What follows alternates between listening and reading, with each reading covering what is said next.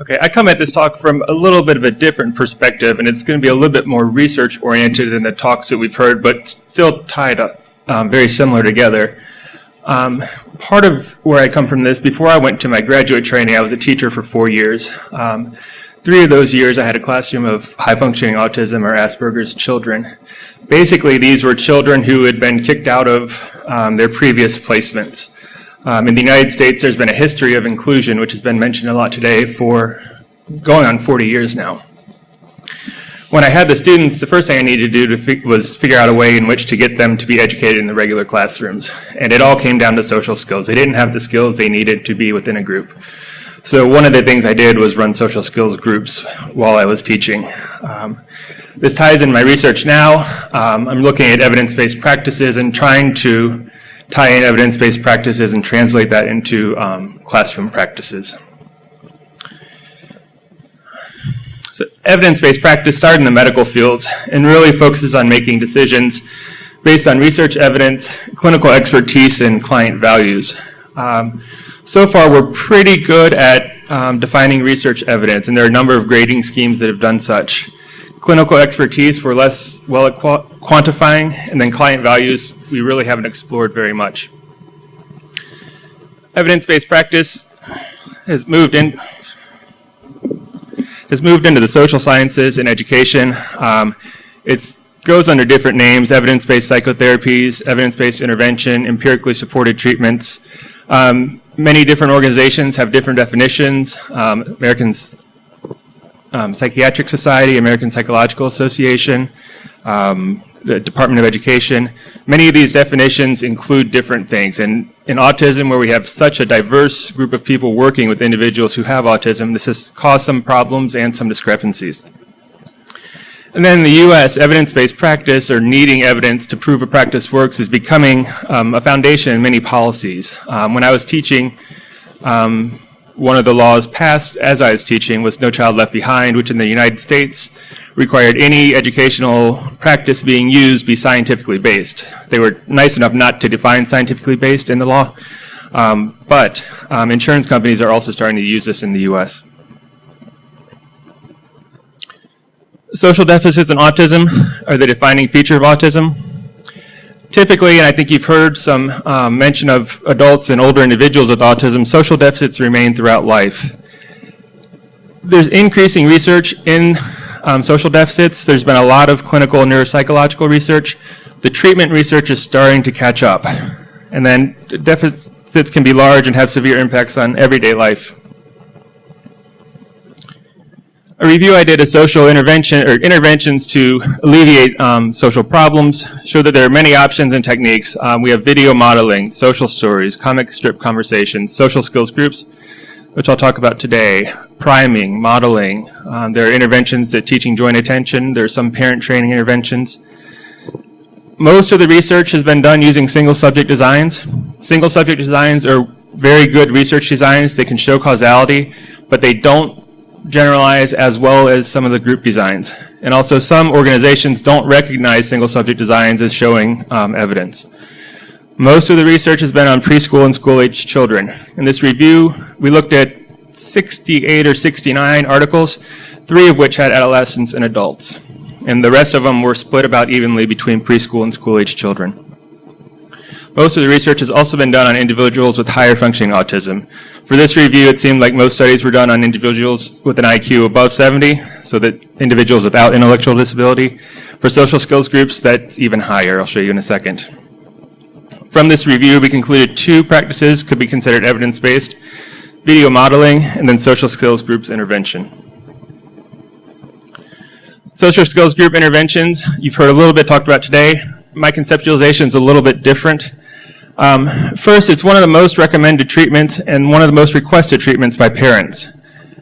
Typically, they contain like-aged individuals with or without disabilities. Sometimes they're typical peers in the group, sometimes they're not. And then sessions often focus around teaching it and practicing a specific skill. And this is a little bit where my conceptualization differs from what we heard before. There's more than one type of group. So I'm talking about more of a skill acquisition group format. This is the more study type of group and what I'll be talking about today. As you heard before, we also have more support type groups. Generally, but not always, they can be less structured. There's less evidence on the effects that's been published. Much of the evidence that has been reported is qualitative. Thus, we're not sure of the efficacy in the research literature. For today's presentation, I did a systematic review of social skills group interventions. I tried to fit this within a best evidence synthesis framework, which was developed by Robert Slavin, who's at Johns Hopkins University. Within this, we looked at the methodological rigor and only included strong or adequate studies. This excluded many group studies that use small sample sizes. All the studies included today had a sample size of at least 10 children per group. Nine studies met the inclusion criteria. Again, they had to have adequate rigor. They had to be focused on studying social skills groups for individuals with autism spectrum disorders. At least half of the children in the group being studied had to have an autism spectrum diagnosis.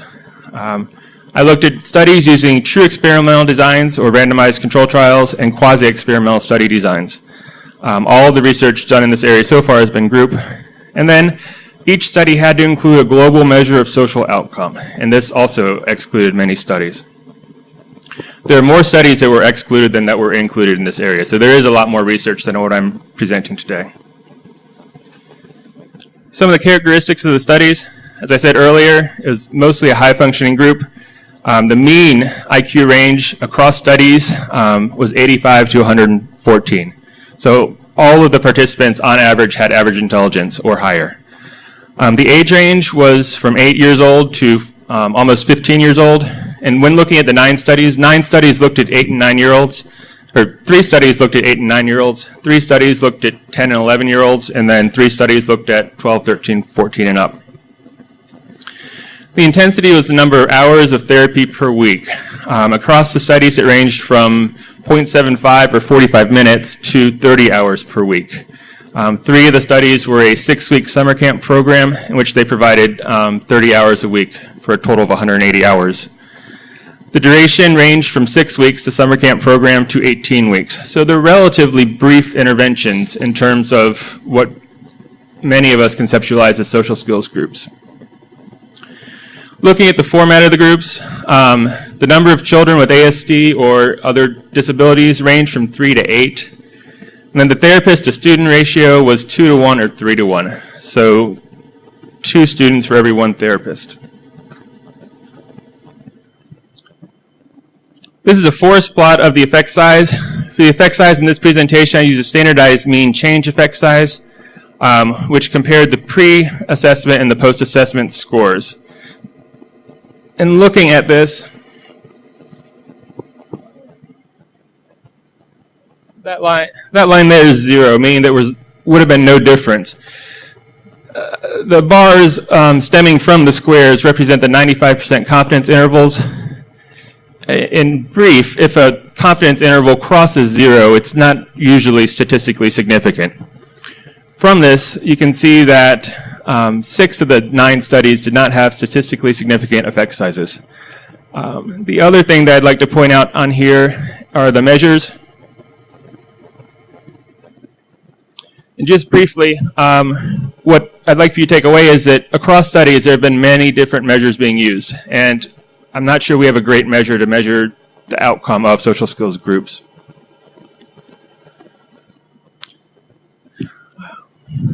Looking at the range of effect sizes, the numbers were small, but the effect sizes range from 0.30 to 0.93. 0.30 is relatively small, 0.93 would be large. The majority of studies had an effect size less than 0.5. I did not compute a weighted mean effect size. Many times you see a forest plot in meta-analyses, and I was worried that the studies were too different. So in meta-analyses, you're not supposed to combine apples and oranges. I was worried that the outcome measures were too different and also that the interventions might have been too different. And this just illustrates that you should not combine everything, because it doesn't always equal 4,663. Relatively speaking, the effect sizes weren't very robust in my opinion. This led me to 2 hypotheses. The first hypothesis is that the individuals receiving the social skills group's instruction didn't make great progress on broad, everyday social skills. If this is the case, I think we need to strengthen the therapy or look at ways in which we can make better improvements. I think the other option is that the measures being used aren't sensitive to the changes that are being made. I think if this is the case, we need better measures. I think it's likely that it's a little bit of each of these, which means that we probably need to strengthen the therapy and find better measures. So clinical implications, and also a few research implications, because I am a researcher. First, should we use social skills group interventions? As I said earlier, it's one of the most requested and most used therapy for higher functioning individuals. They are considered an evidence-based practice, which means they have been shown to be effective for many children. However, they don't appear to be making great changes, so they might not be enough by themselves. Within this review, I focused on studies that looked mainly at social skills group interventions. There's been some more research coming out that has combined social skills groups with cognitive behavioral therapy. Some of them have added a parent component. One of them has a computer game that was excluded. I think there are going to be other ways of including things. Some of these studies have shown greater effects, so this might be a way of strengthening the intervention. I think we need to look at the best method for forming groups. When I taught, I combined students by ability level and age as best I could. I think that we also have convenience samples, and a lot of times these studies aren't reporting how the groups are being formed, but I think it's a very important variable that we need to look at. I think one question is who should run the groups, or who can run the groups. As a teacher in the United States, in order for me to justify running social skills groups, I had to prove that the social deficits my students have were impacting their education, in which case I was able to run social skills groups in educational settings. Most of the research that I looked at had clinical social skills groups. I think community options would be another option. And then efficacy versus effectiveness has been becoming tossed around in the US at least. Efficacy is whether or not something works in a clinical setting. Effectiveness is whether or not something works in more of a real world setting. White et al. A few years back now suggested that the social skills groups have efficacy but haven't yet established effectiveness. And I don't think that we've established it since either. I think more studies are needed. I think we need to continue and probably expand our measures. I think within evidence-based practice, one of my conceptualizations is that we want to find out which intervention works for which individual in which settings. I think we need to find out for whom social skills groups are effective. And it might be that certain types of groups are more effective for one type of individual than another. And I think we need to find those data. There have been very few comparisons of social skills groups and other interventions, and then very few comparisons of social skills groups and other formats, or comparing two different formats of social skills groups. I think that's an area that we could go. And then a meta-analysis of social skills groups has not been conducted.